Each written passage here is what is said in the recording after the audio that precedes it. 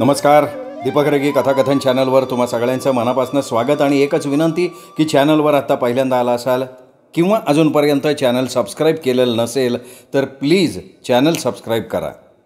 मित्रांनो, तुम्ही ऐकतोय प्रभाकर बागुल यांची धर्मात्मा ही कादंबरी आणि आज या कादंबरीचा भाग 3. साटवा पवारनं सकाळी सकाळी आपली आवत जोडून नांगरणीला सुरुवात केली होती. वळीवाच्या 1-2 सरी नुकत्याच चांगल्या सडसडून पडून गेल्या होत्या, त्यामुळे शेतं अगदी भुसभुशीत झालेली होती. नांगराचा फाळ खोल खोल जमिनीत घुसत होता. जमिनीचं पोट फाडून काळी कुळकुळीत माती बाजूला टाकत होता. नांगराला झुंपलेले रेडे सहज नांगर ओढत होते, कारण पावसानं शेतं पाणी पिऊन तरारून वरती आलेली होती. त्यामुळे जमिनीचं अंतरंग तृप्तीनं ढेकर देऊन उचंबळून वरती आलं होतं. दिवसभर शेतातनं नांगर भिरभिरत होता. 2 बिघ्यांचं रान नांगरून होणार होतं. अगदी थोडा कासराभर पट्टा राहिला होता. एवढा 2 बिघ्याचा तुकडा संपवायला हवा म्हणून तो रेड्यांना पिटाळत होता.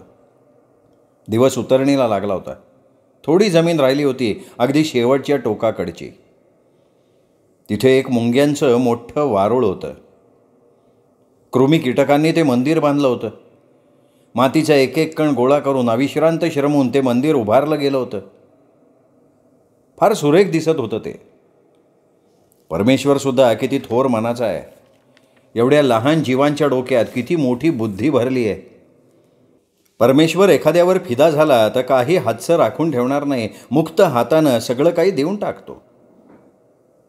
एवढासा लहान जीव, पण किती कल्पना मोठी भरली आहे डोक्यामध्ये. अचाट शक्ती. त्या वारुळाजवळनं नांगर फिरायला लागला. अगदी जवळ आला आणि नांगराचा फाळ भस्कन वारुळाच्या एका भागात घुसला. आयत्या बेळातला नागराज लपकन फणारून उसळून वरती आला. आपली लवलवती जीवा एखाद्या लपापणाऱ्या तलवारीसारखा आत बाहेर नेत राहिला. आपल्या गुंजाळ डोळ्यांनी तो साटवाकडे बघत राहिला. तो विशाल फणा लक्कन वरती जायचा, क्षणार्धात खाली यायचा, मग तो आपला फणा फणकारतच राहिला. सटवा त्याच्याकडे काष्ठशिल्पासारखा अनभिज्ञ नेत्रांनी बघत उभा राहिला. थोड्या वेळा त्याला वास्तविकतेचं भान आलं. समोर भयंकर नागराज बघून सटवा जाग्यावर गारठला. भीतीनं थरथरायला लागला, पण तो जातिवंत रामोशी होता. बाजूला पडलेली कुऱ्हाड त्यांनी विजेच्या चपळाईनं उचलली. नागराजाकडे हळूहळू सरकताना त्याचं काळीज मात्र कापायला काढलेल्या कोंबड्यासारखं थडथडत होतं. आपली कुऱ्हाड उंचावून त्यांनी वरती नेली, तशीच खाली आणली, पण नागराज सळकन बेळात घुसला. मात्र शेपटीवर कुऱ्हाड पडून रक्ताची धार उसळली होती. मग त्यानं शेपटीचा बाहेरचा भाग दोन्ही हातांनी घट्ट धरून ठेवला. नागराज आतमध्ये ओढायचा आणि सटवा बाहेर ओढायचा. सटवा तसा धाडसी माणूस होता. त्याचं मन त्याला कुरतडायला लागलं. या नागराजाला मी डिवचले. त्याला जखम सुदक झाली. यो नागराज नक्की माझ्या डोक धरून शान बसणार. याला जिवंत सोडायचा नाही, पण आता करणार काय? यो तर घुसला बेळामध्ये. याची शेपटी माझ्या हातात आहे, याला मी असा सोडणार नाही. मग त्यांनी मनाचा निश्चय केला. एका हातानं नागाची शेपटी गच्च आवळून धरली. दुसऱ्या हातानं बाजूला पडलेली शिवळं उचलली. कमरेला बांधलेली दोरी सोडली. शिवळं नागराजाच्या शेपटीला करकचून बांधली. हेतू हा की त्याने आत जाऊ नये. सकाळी आल्या आल्या या नागराजाचा समाचार घेता येईल असा विचार करून त्यानं आपली गाडी गावाकडे आणली. खाऊन पिऊन झोपी गेला. रामजी त्याच्या जवळच झोपला होता. सटवाची पत्नी झेला बाजूला खाटेवर झोपली होती. मध्यरात्रीची वेळ असावी. सटवा झोपेत होता. कसले तरी आवाजानं झेला पटकन खाटेवर उठून बसली. दरवाजाच्या जवळ खट खट खट एकसारखा आवाज येत होता. तिने कंदिलाची वात वरती केली आणि बघते तर एक भला मोठा नागराज दाराच्या खालच्या फटीतनं आत शिरला होता, पण त्याला पुढे सरकता येत नव्हतं. ते भलं मोठं जनावर बघून ती भीतीनं किंचाळली. किंचाळण्याचा तो आवाज ऐकून सटवा आपल्या अंथरुणात पटदिशेने उठून बसला. त्यांनी घाबरून बायकोला विचारलं, काय झालं, काय किंचाळायला? अहो ते बघा की. काय आहे? अहो साप आहे. त्यांनी दरवाजाकडे बघितलं. शेतातल्या वारुळात घुसलेला नागराज त्याचा डूख धरून त्याच्या घरात शिरला होता. पण त्याच्या शेपटीला बांधलेलं शिवळं दाराच्या खालच्या फटीत आडवं अडकल्यामुळे त्या नागराजाला पुढे सरकता येत नव्हतं. त्याने आपल्या देहाला हिसका दिला म्हणजे शिवळं दारावर आपटायचं आणि खटखट खट असा आवाज यायचा. म्हणजे मृत्यू इथपर्यंत सरपटत आलेला होता. पावला पावलानं पुढे सरकत होता, पण शेपटीला बांधलेल्या शिवळानं त्या मृत्यूच्या पंजातनं त्याला बाहेर ओढून काढलं होतं. सटवा तसा जागेवरनं उठला. बाजूला कोपऱ्यात पडलेली लोखंडी कांब हाती घेऊन त्यांनी त्या जीव घेण्या फण्यावर आपटली. तो नागराज थोडासा लडबडला, वळवळला. पुन्हा एक वर्मी घाव बसताच लोळागोळा होऊन निश्चित झाला. सटवानं तसाच उचलला, बाहेर फेकून दिला. काळ आला होता, पण वेळ आली नव्हती, म्हणून तो वाचला होता. त्यानंतर खूप वेळ झाला तरी पती पत्नीला झोप काही येईना. मानगुटीवर बसलेलं भीतीचं भूत काही जाता जाईना. मग केव्हा तरी त्यांना झोप लागली. पहाटे पहाटे सटवाला एक स्वप्न पडलं. ते स्वप्न नसून एक साक्षात्कार म्हणावा लागेल. तेजपुंज देवी काळूबाई त्याच्या डोळ्यांसमोर साकारली. पहिल्यांदा लख्ख असा तेजस्वी प्रकाश दिसला. त्या तेजस्वी प्रकाश झोतात त्याला एक तेजपुंज दैदिप्यमान अशी मूर्ती दिसली. सटवा चक्रावला, भांबावल्यासारखा बघत राहिला. त्याची ती भांबावलेली मुद्रा बघून ती मूर्ती म्हणाली, का रे बाबा, मला ओळखलं नाही का? अरे मी देवी काळूबाई. आज सांजच्या पारी शेतामध्ये लई मोठा पराक्रम केला तू. त्योच नागराज तुझ्या घरात शिरला होता. तुझा घास घेण्यासाठी आला होता. अरे त्या वारुळामध्ये लय मोठं धन आहे बाबा. त्यो धनावरचा नागराज होता. त्या नागराजाला तू मारलं, लय मोठं काम केलं. आता म्या काय सांगते ते ऐक. आमुषाला माझ्या देवाऱ्यापुढं एखाद्या तरण्या ताट्या पोरीचा बळी दिलास तर ते समद धन तुझं होईन. माझा बी आत्मा शांत होईन. एखाद्या मांत्रिकाला विचार, म्हणजे तो तुला बरोबर मार्ग सांगन. बघता बघता ती तेजस्वी मूर्ती अचानक डोळ्यांसमोरनं अदृश्य झाली. सटवा खाडकन उठून बसला. बाजूला खाटेवर झोपलेल्या पत्नीला त्याने हळूच हलवलं, जागं केलं. उठवता उठवता तो म्हणला, ए अगं उठकी. भर झोपेत असलेली झेला डोळ्यांची अर्धवट उघडझाप करता करता कावदारून म्हणाली, अहो काय म्हणताय तुम्ही? काय मी लसुकाची झोप बी घेऊ देईना? का म्हणून त्रास देताय? अगं काळूबाई आलती. काळूबाई? आणि ती कुठं? अगं हिथं आपल्या घरात माझ्या स्वप्नात आलती. अगदी हुबेहूब दिसली मला. काय म्हणताय, खरं काय? माझा नाही विश्वास बसत बाय. अगं खरंच मला दर्शन दिलं. म्हणली बरं बाबा त्या नागराजाला मारलं. वारुळामध्ये लय बक्कळ धन आहे. तो नाग त्या धनावर पहारा ठेवायचा. पर काळूबाईनी एक गोष्ट सांगितली ग. कोणची व? म्हणली तुला धन पाहिजे असेल तर मला एका तारण्या ताठ्या पोरीचा बळी दे, म्हणजे माझा जीव शांत होईन, तेव्हा तुला ते धन मिळेल. हो काहीतरीच बोल नका. अगं म्या नाही बोल, देवी काळूबाईनी सांगितलंय. लय चाकरीत म्हणायचं. तरण्या ताठ्या पोरीचा बळी द्यायचा, मग ते धन मिळेल. असलं मिळालेलं धन काय कामाचं गडी? हाय काळूबाईचे शबूत आहेत अगं, खोटं नाही व्हायचं. पर गोष्ट लई प्रीत आहे. आता एखादा मांत्रिक बघावं लागन. त्याला आई काळूबाईचा दृष्टांत सांगावं लागल. तो काहीतरी मार्ग दावलच की. दावल ना, पर धनाचा लई लोभ कामाचा नाही हो. 2 सुखाचं घास मिळते तेवढं बाजालं की आपल्याला. पैक्या मागणं लई धावून चांगलं नाही. झोपा आता. आता काय झोप येणार नाही मला. माझी झोपच उडाली. ते बघ कोंबड्याची बांग होऊन धुजाडत आले. पाणी ठेवून दे तापाया, मॅथ्यावर बाहेर जाऊन येतो. पाण्याचं भांडं घेऊन तो गावाच्या बाहेर पडला. झेलानं चुलीवर पाणी तापवायला ठेवून दिलं होतं. पाणी तापताच सटवानं घाईघाईत आंघोळ केली. रायाजी आपल्या जन्मदात्याची धावपळ बघत होता. पहाटेला आईबाबाला काहीतरी बोलताना त्याने ऐकलं होतं. तेव्हाचा बाबाचा उजळलेला चेहरा, हिरवळू लागलेली नजर रायाजीनं बघितलेली होती. रामोशी समाज मुळातच अज्ञानी. शिक्षणाचा कधीही स्पर्श न झाल्यामुळे जादूटोणा, भानामती, चेटकीण, काळूबाई, अंधश्रद्धा, मंत्रतंत्र ह्या गोष्टीवर विश्वास ठेवणारे. 2 व्यक्तींमध्ये वैर असेल तर आपल्या प्रतिस्पर्ध्याचा परस्पर काटा काढण्यासाठी दोघांपैकी कोणीतरी मूठ मारण्याची कला अवगत असणाऱ्या एखाद्या मांत्रिकाकडे जायचा. त्याच्याकडे उलट्या पिसांची काळी कोंबडी, लिंबू, अंड द्यायचा. मग तो मांत्रिक बसल्या जागेवरनं मूठ मारायचा. तो प्रतिस्पर्धी मेला की हा मुठीचा प्रकार आहे असं सगळीकडे बोललं जायचं. अंधश्रद्धेमुळे लोकांचा विश्वास बसायचा. मग भीतीचं वातावरण तयार व्हायचं. एखाद्याला रक्ताची उलटी होऊन तो मेला की मूठ मारली, सगळीकडे लोकांची हीच कल्पना व्हायची.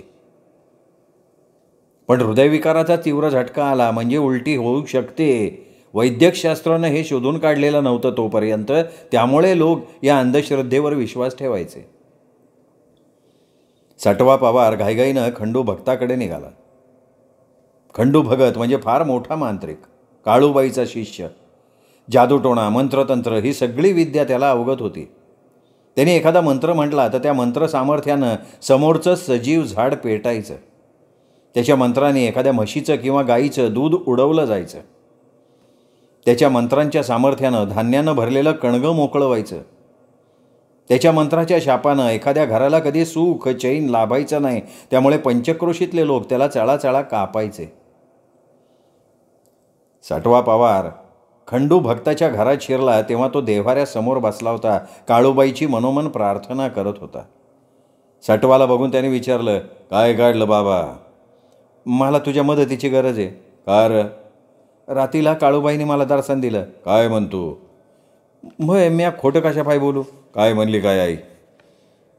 म्हणली माझ्या शेतातल्या वारुळामध्ये लय बक्कळ धन आहे. आणि आईने सांगितलं काय तुला?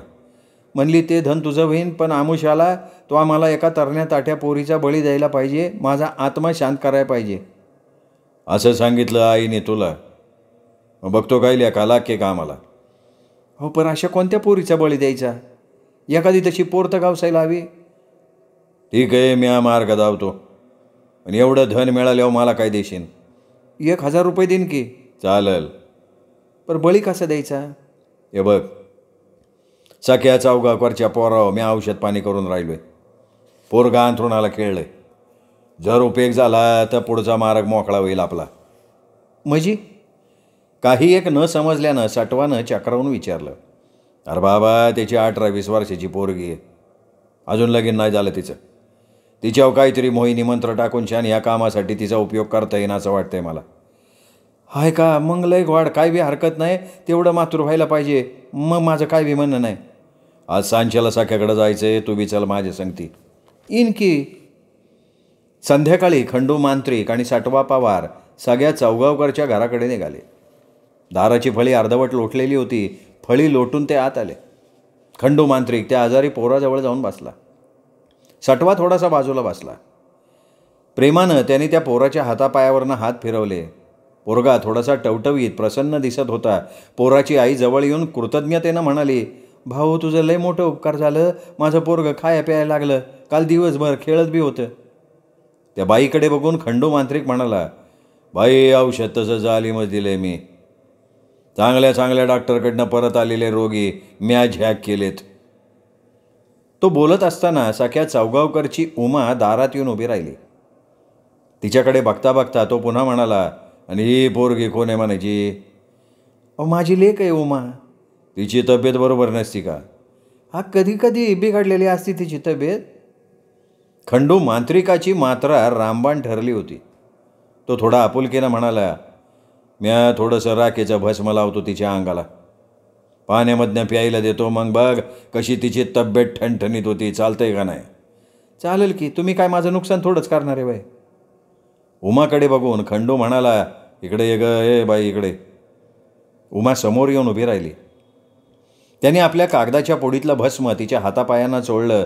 पेलाभर पाण्यात चिमूटभर भस्म कालवून तिला प्यायला दिलं. थोडा वेळ इकडच्या तिकडच्या गप्पा मारून ती जोडगोळी बाहेर पडली. बाहेर पडल्या पडल्या सटवानं खंडूला विचारलं, आता पुढचं काय? तू बघत राह रे. रातीतनं पोरगे घुमायला लागल बघ. मी तिच्या अंगात चिटकिनीला सोडली. आता रात दिन घुमत राहीन. चिटकिनीने त्या झाडाला पकडले. ती आता काय त्या झाडाला सोडणार नाही. नाही ते खरं, पण आपल्या कामाचं काय? बळी म्हणून ती कशी मिळेल आपल्या कचाट्यात? तू बघत राह रे. दिस उजाडल्या साख्या माझ्याकडे धावत यायला पाहिजे. मग मी तिच्या अंगातनं चिटकिनीला बाहेर काढण्यासाठी आमुष्याच्या रातीला तिला काळूबाईच्या देवळासमोर नेतो. तिथं कोणी बी राहणार नाही. मग या पोरीचा बळी द्यायचा. काय समजलं? अरे लेग वाढ, याला म्हणते डोसकं.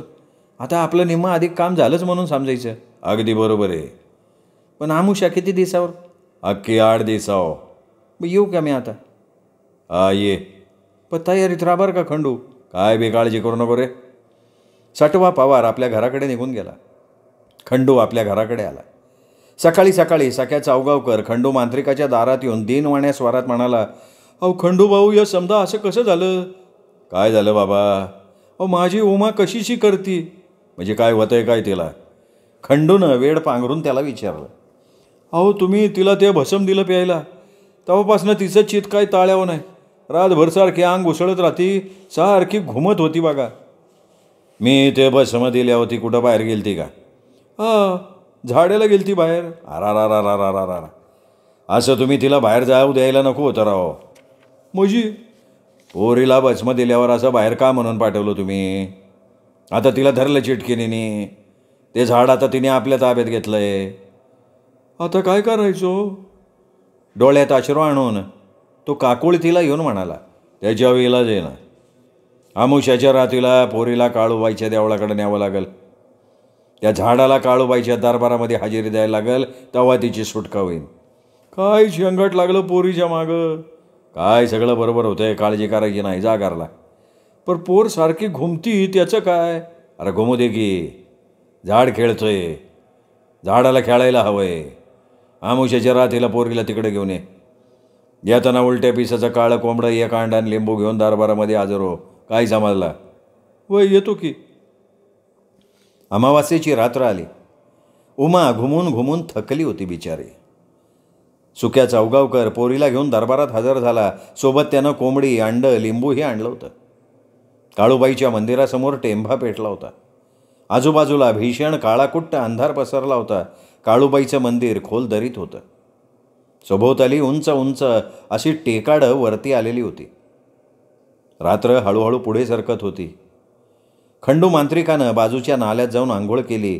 काळूबाईसमोर उडीद, गुलाल, कापराच्या पुऱ्या सोडल्या. सटवा पवार बाजूला बसून गंमत बघत होता. खंडूनं काळूबाईची मनोभावे प्रार्थना केली. उमाला प्रांगणात उभं केलं. भीतीनं असंदिग्ध, अस्पष्ट, विचित्र असे आवाज काढत होता तो. मंदिरात जाऊन त्याने काळूबाईला काळ्या कोंबडीच्या रक्ताचा टिळा दिला. उमाच्या आईवडिलांना थोडंसं बाजूला पाठवलं. मग मांत्रिकाच्या अंगात काळूबाई शिरली. तो जोरजोरानं काळूबाई घुमायला लागला. घुमता घुमता देवीला अळून म्हणाला, आई काळूबाई, म्या तुझा निवेदनलाय, आता खुश हो. खुश हो आता, म्या निवेदनला तुझा. तुझ्या आत्म्याचं नक्की समाधान होईन. तुझ्या पोरावर प्रसन्न हो, त्याच्या इच्छा पूर्ण कर. आणि सटवा पवारकडे वळून तो म्हणला, अरे बाळ सटवा, या पोरीच्या अंगावरची कापडं बाजूला कर. मग त्या दुःशासनानं तिच्या अंगावरचा एक एक कपडा बाजूला केला. तिला विवस्त्र केलं. बिचारी त्या भस्मानं आणि मंत्रांच्या प्रभावानं देहभान विसरली होती. देहधर्मसुद्धा तिला कळत नव्हता. विवस्त्रावस्थेत निसंकोचपणे ती घुमत बसली होती. तिच्या गात्राची होणारी तालबद्ध हालचाल तो मांत्रिक आणि सटवा भुकेल्या नजरेनं बघत होते. त्यांच्या बिभत्स नजरा तिच्या देहावरनं भिरभिरत होत्या. त्याचवेळी मांत्रिकानं चिंचेचा फोक घेतला. तिच्या उघड्या देहावर सपासपा मारायला सुरुवात केली. ती वेदनेनं किंचाळायला लागली, ओरडायला लागली. तिचं ओरडणं ऐकून तो पिसाळलेल्या जनावरासारखा तिच्यावर वार करत होता. मारता मारता मोठ्यानं ओरडून विचारत होता, बोल, कुठं इथे गुप्तधन? मला नाही ठावं. कुठं बोलती तू? तुला समजा माहिती, लवकर सांग. आणि सपकन तो ओला फोक मारायचा. ती बिचारी जीव पाखडून सांगायची, मला नाही व माहिती. कोण आहेस तू? म्या शेवंती धनगरी नाही. या झाडाला का म्हणून पकडलं तू? माझ्या फेऱ्यामध्ये गावलं हे. झाडाला सोडशील का नाही? मग नाही. मग तो चिंचेचा फोक तिच्या देहावर हाणायचा. नाही म्हटलं म्हणजे ओला फोक अंगावर पडायचा. वेदनेने ती किंचाळायची. मांत्रिक खुश व्हायचा. खदखदून सपासपा मारायचा. मारता मारता पुन्हा पुन्हा विचारायचा, सोडशील का नाही? नाही सोडणार. पुन्हा पुन्हा तो ओला फोक खाली येत राहिला. त्या जीवघेण्या मारानं ती अर्धमेली झाली. तिला मूर्छा यायला लागली. आवेगानं खंडू देवीच्या मंदिरात शिरला. टांगलेली नागवी तलवार घेऊन तसाच बाहेर आला. बिचारी उमा कशी तरी उभी राहून घुमतच होती. अंतिम क्षण उचंबळून वरती आला. आवेगानं त्यानं झेप घेतली. नागवी तलवार सपकन फिरली. मानेत केव्हा घुसली हे उमाला कळलंही नाही. पण ते शिरकमळ रक्ताची गरम धार उसळून देवी समोर पडलं. धड कसं तरी डळमळत डळमळत खाली आलं. रक्ताचा गरम प्रवाह व्हायला लागला. मातीत झिरपून गेला. सटवानं ते शिरकमळ काळूबाईच्या पुढ्यात नेऊन ठेवलं. मग सटवा विद्युत वेगानं वारुळाकडे धावत सुटला. वारुळाच्या बाजूला त्याने आधीच टिकाव आणि फावडा आणून ठेवलेले होते. काळूबाईला बळी दिलाय, आता देवी आपल्यावर प्रसन्न आहे, तिचा आशीर्वाद आहे आपल्याला. तिने धनाची मोठी रास आपल्यासाठी राखून ठेवली आहे. आता आपण श्रीमंत होणार, धनवान होणार. पुढचं आयुष्य फक्त चैन विलास यामध्येच घालवणार. आपल्या पुढच्या 10 पिढ्या वैभवात लोळणार. खुश झाला होता सटवा. मन मोहरून गेलं होतं त्याचं. मोहरलेल्या त्या मनोभूमीवर हिरवीगार लुसलुशीत अशी हरळी उगवली होती. मग हातात टिकाव घेऊन तो ते वारळ खोदायला लागला. माती ढेकळं साचली म्हणजे फावड्यानं बाहेर फेकून द्यायला लागला. पुन्हा खोदायला लागला. खोदतच राहिला, माती बाहेर फेकत राहिला. धनतृष्णा किती जब्बर असते. काळ वेळ ती काहीही मानत नाही. फक्त तृष्णेनं सटवा खोल खोल खोदत राहिला, माती उपसत राहिला. आणि वारुळातल्या नागद्वयींपैकी जिवंत राहिलेला एक नाग सळकन उसळून वरती आला. फणारून ताठ उभा राहिला. फणारलेला फणा इकडे तिकडे फिरवायला लागला. त्याची जीभ एकसारखी लवलवत होती. गुंजाळ डोळे सटवावर एकसारखे रोखलेले. सटवानं ते भलं मोठं दांडगं जनावर बघितलं. भीतीने तो कोरडा खट्ट झाला. जीभ टाळ्याला चिकटली त्याच्या. पळून जायची शुद्धच राहिली नाही. त्या कर्दन काळाकडे तो आ वासून बघत राहिला. बघण्या पलीकडे काहीही करू शकत नव्हता.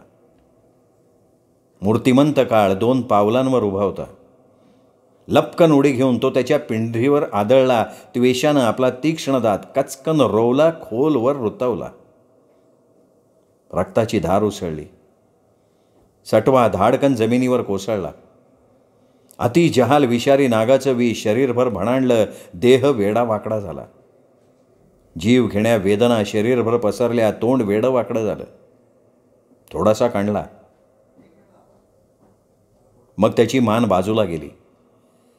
त्या सर्पराजानं आपल्या जीवन साथीदाराच्या मृत्यूची शिक्षा देऊन तो सळालत लांब निघून गेला. पुन्हा कधीही त्याने वारुळाचं दर्शन घेतलं नाही की त्या बाजूला फिरकलाही नाही. पण आपला साथीदार गेला तेव्हा त्याच्या रोमारोमात सूड वास करायला लागला होता. त्या सूडाचं समाधान इतकं मोठं होतं की त्या निवारा देणाऱ्या वारुळाकडे त्याने उलटून बघितलं सुद्धा नाही. समोर दिसेल तिकडे जात राहिला. माणूस कसाही वागला तरी नीतिदेवता बघत असते. वेळ आली म्हणजे ती आपला सूड उगारून त्या राक्षस बनलेल्या व्यक्तीला आपली जागा दाखवून देत असते. तिचा न्याय हा अंतिम न्याय असतो. त्याला कोणीही आव्हान करू शकत नाही.